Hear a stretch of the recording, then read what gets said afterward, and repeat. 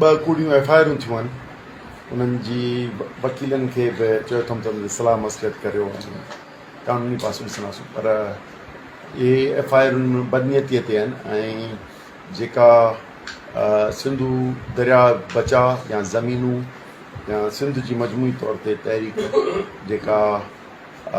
Pakistan people's party खे धिके पोइते करे छॾियो ऐं ही जेके मनसूबा हुआ पाणीअ जा उन्हनि ते काउंसिल ऑफ कॉमन इंट्रस्ट खे मजबूर करे विहारण ते मजबूर करे छॾियो उन करे अहिड़े क़िस्म जा शॉक्स उन्हनि खे एक्सपेक्टेड कोन हुआ ऐं जेॾीमहिल आया आहिनि त हिननि मोरे वारो वाक़ियो करे अहिड़ो हादसो कयो जंहिंमें क़ौमी कारकुन शहीद बि थिया ज़ख़्मी बि थिया हुन जूं मिल्कियतूं डाथियूं वयूं दुकान घर अॼु बि 54 माण्हू उन में केस में चालान थियल आहिनि चालान थियल न आहिनि पर गिरफ़्तार आहिनि जिन जूं मुलाक़ातूं बंदि आहिनि ATC कोर्टूं ऐं ॿियूं हुननि जी FIR नथी थियनि सरकारी दुर्जूं 5 FIR कयूं अथनि ऐं हिन जी हिकिड़ी बि FIR नथी थिए इन कैफ़ियत में हुननि जी दुहिराई असां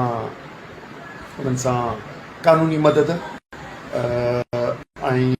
2 पुरनि जी मदद साओ करण जो इक़रार कयो अहद कयो उनखे ॿारियोसीं हिकु ॿियो हिन वक़्त ते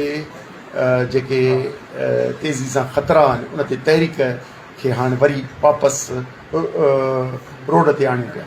त इन्हनि ख़तरनि खे ॾिसी सम्झां थो त हिननि इहा किरियल हरकत कई आहे पर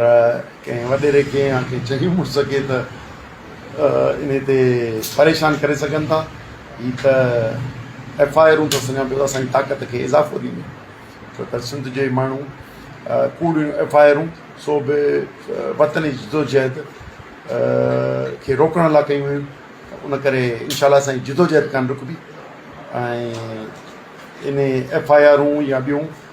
सिंध पार्टी जी क़यादत त छा पर कारकुननि ते बि थींदियूं उहे बि मुड़सी सां मोड़ी